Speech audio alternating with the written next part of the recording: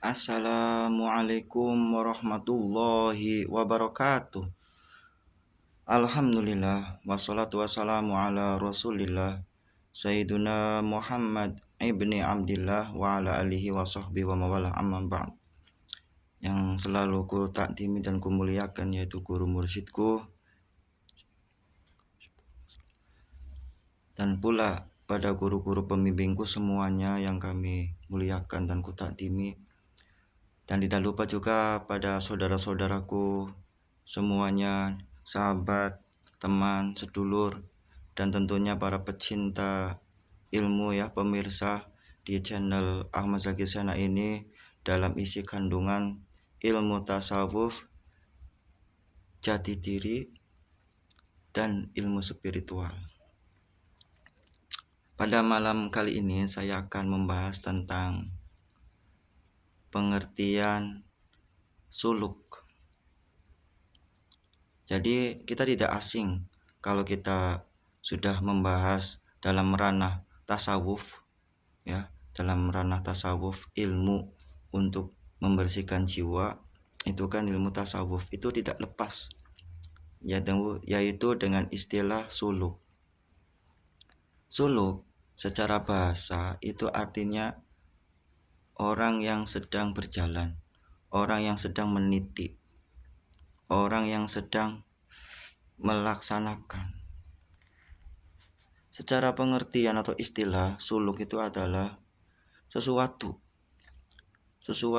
amalan, rangkaian amalan dengan tahapan-tahapan tertentu ya, untuk diistiqomahkan, untuk dirutinitaskan dalam rangka memperbaiki diri agar lebih baik lagi, untuk mendekatkan diri kepada Allah dengan mengharap ridho Allah. Tapi dalam dunia lain itu sering kita melihat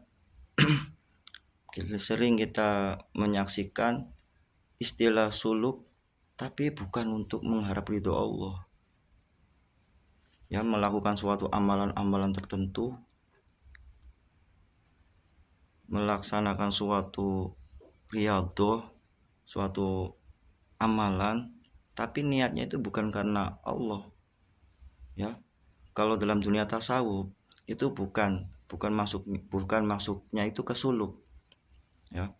Dia melakukan amalan ya, apakah itu dengan puasa, apakah itu dengan mata melek, tapi niatnya itu bukan mengharap ridho Allah, bukan mengharap kedekatan diri agar lebih dekat kepada Allah.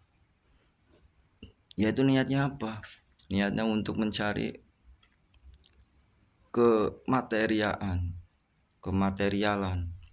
keharta bendaan, ketenaran, kemasyhuran atau kesaktian dan yang lain-lainnya.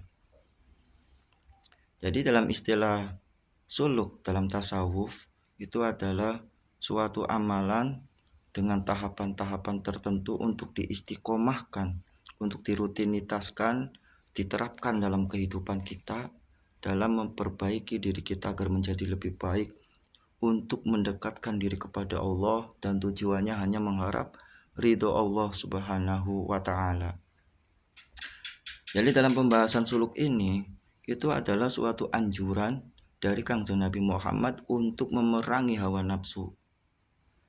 Bagaimana Nabi Muhammad SAW itu dalam hadisnya itu, roja'na minal jihadil asghar ilal jihadil akbar. Ma huwa jihadul akbar ya Rasulullah? Hada jihadul akbar.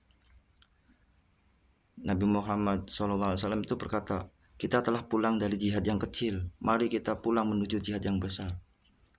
Sahabatnya bertanya, wahai Rasulullah, jihad apalagi kah ya yang besar itu, sedangkan ini adalah perang yang besar? Kata Nabi Muhammadnya SAW, jihadu ala nafsik, jihad melawan hawa nafsumu, wafi jambaika, yang ada di dalam diri kita. wa fi baina jambaika, yang ada di antara kedua susu kita, dalam dada kita.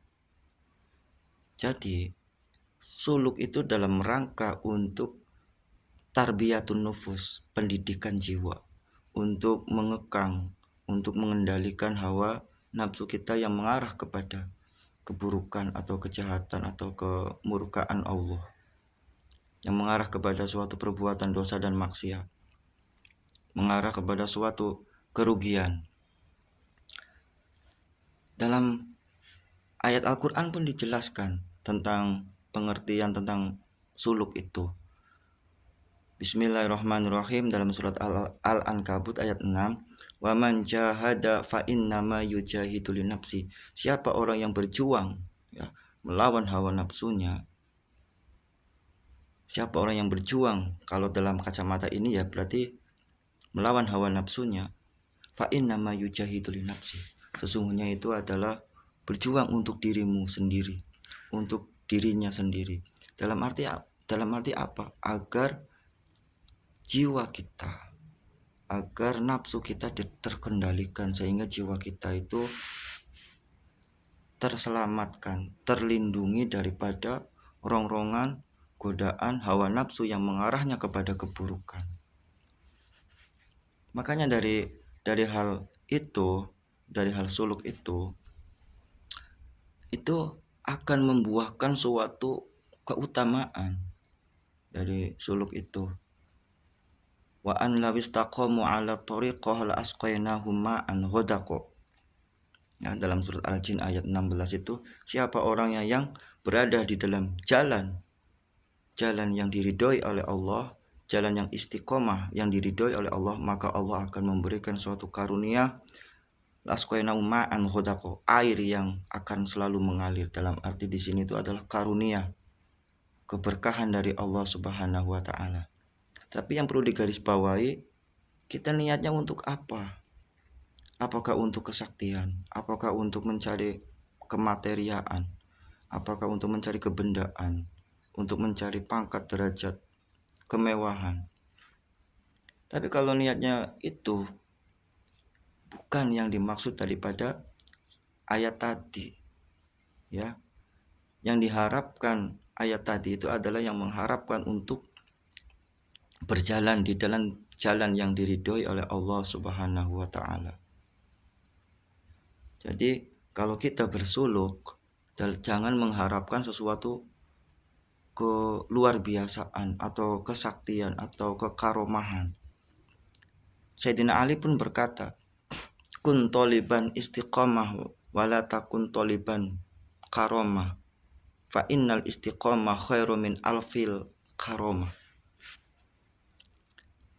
Carilah kamu itu untuk selalu beristiqomah, mencari suatu amalan yang istiqomah, jangan mencari kekaromahan. Karena keistiqomahan itu akan lebih keutamaannya daripada 1000 karomah. Dalam pembahasan ini, suluk itu ada 3 tahapannya. Ada 3 tahapannya, itu adalah takhalli, tahalli, dan tajalli. Apa yang dimaksud dengan takhalli? Takhalli itu adalah membuang suatu keburukan, membuang suatu perangkai-perangkai akhlak-akhlak yang jelek, membuang suatu tabiat-tabiat, sifat-sifat yang buruk yang menjadi suatu hijab penghalang hati kita untuk mendekatkan diri kepada Allah Subhanahu wa taala. Yang kedua, tahapan yang kedua itu adalah tahalli, yaitu setelah dibuang, diisi dengan suatu akhlak-akhlak yang terpuji, akhlak-akhlak yang mahmudah, yang kebersihan, penuh dengan kebersihan, penuh dengan kesucian. Jadi diiringi dengan akhlak-akhlak yang baik, di antaranya kerajinan, kejujuran, sifat kedermawanan, sifat kasih sayang, dan yang lain-lainnya. Dan yang terakhir adalah tajalli. Tajalli itu adalah suatu gimana tahapannya itu sudah fana, sudah melebur dirinya itu merasa sudah tidak ada. Yang dipandangnya hanya Allah Subhanahu wa Ta'ala, tajalinya Allah kepada hati kita, maka semua makhluk harus sirna. Harus sirna. Kalau masih ada keakuan, kalau masih ada makhluk, ya tidak akan mungkin. Makhluk itu akan hancur. Sebagaimana Nabi Musa pada saat mau melihat Allah, belum zatnya aja yang muncul, baru cahayanya itu mau hancur gunungnya, dan Nabi Musanya sendiri itu pingsan. Nah, dalam tahapan suluk itu ada 3, dan macam-macam suluk pun ada 3. Yang pertama suluk am, suluk umum. Yang kedua suluk khawas. Yang ketiga suluk khawasul khawas. Suluk umum itu ada suluk am atau umum, itu adalah suluk yang dimana seorang salik ingin merubah, ingin memperbaiki dirinya dari sesuatu keadaan yang kurang baik menjadi baik, dan tingkatkan lagi menjadi lebih baik lagi. Ya, yang tadinya malas ngaji bisa menjadi rajin ngaji, dan bisa meningkatkan menjadi suatu kebiasaan cinta kepada mengaji. Dari sesuatu yang dulunya sering marah bisa meningkat menjadi mengendalikan marahnya, dan sifatnya menjadi penyantun dan penyayang dengan penuh dengan kesabaran. Jadi tingkatan am itu segala sesuatu riyadhah atau suluk untuk memperbaiki diri. Yang sukanya tidur itu berubah menjadi dikurangi tidurnya. Yang suka makan ditingkatkan atau berubah memperbaikinya, dikurangi makannya. Yang malas sholat diperbaiki sehingga melakukan suatu perbaikan sehingga melaksanakan sholat dan rajin sholat. Jadi meningkatkan suatu perubahan-perubahan yang tadinya belum baik menjadi baik. Dan gurunya pun itu biasanya dorongan hati atau guru yang biasa saja. Kalau suluk am itu, suluk umum itu,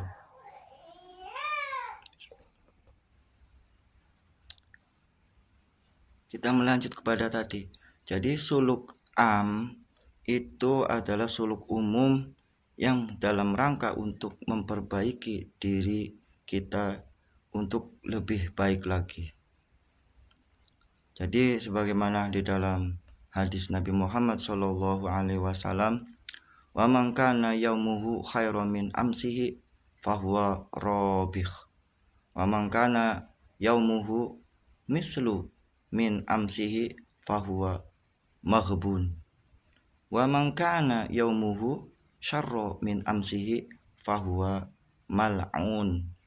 Siapa orangnya yang hari ini lebih baik daripada hari yang kemarin, maka itu orang yang beruntung. Dan siapa orangnya yang pada hari ini sama dengan hari kemarin, itu adalah orang yang merugi.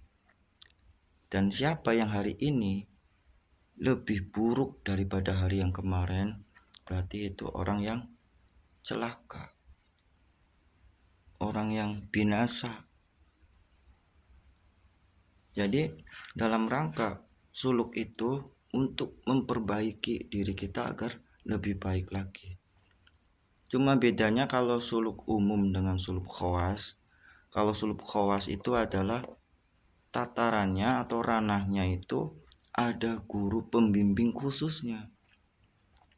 Ada guru pembimbing khususnya yang dengan istilahnya itu, dalam istilah tasawuf itu masuk ke dalam torekot. Torekot itu ada yang membimbingnya, yaitu guru mursyid, untuk melatih memberikan suatu amalan-amalan tertentu kepada si salik, kepada murid, sesuai dengan kemampuannya, melihat suatu karakternya, penyakit-penyakit hatinya, dengan tahapan-tahapannya untuk dijalaninya. dalam rangka untuk mendekatkan diri kepada Allah dan mengikis sesuatu kotoran-kotoran, kebiasaan-kebiasaan yang jelek pada diri si salik atau si murid itu. Contohnya apa jenis-jenis suluknya? Ya, bisa dengan wiridan, bisa dengan zikir, bisa dengan puasa, bisa dengan melek, ya, bisa dengan mandi malam, atau bisa dengan tidak berbicara. Banyak sekali sesuai dengan petunjuk-petunjuk dari guru mursyidnya yang mengetahui akan keadaan muridnya, si saliknya. Dan tentang kelulusannya pun gurunya itu sudah mengetahui apakah si salik itu lulus atau tidak. Itu tergantung daripada gurunya untuk menentukan, lulus, untuk menentukan melanjutkan atau masih dalam tahapan itu. Jadi benar-benar dalam suluk itu tujuannya untuk mendekatkan diri kepada Allah dari tabiat-tabiat yang jelek, penyakit-penyakit hati yang jelek dikikis. Itu suluk. Nah, dalam torekot pula, dalam tasawuf pula itu, dalam suatu torekot itu ada suluk yang umum, ada suluk yang khusus pula. Suluk yang umum itu diberikan kepada semuanya. Kalau suluk yang khusus disesuaikan kepada kemampuan tingkatan daripada murid-murid itu sendiri. Itu. Jadi antara murid yang satu dengan murid yang lain, suluknya berbeda-beda sesuai dengan pandangan guru mursyid melihat tingkatan kemampuan dan penyakit-penyakit hati yang ada di dalam murid atau salik itu sendiri.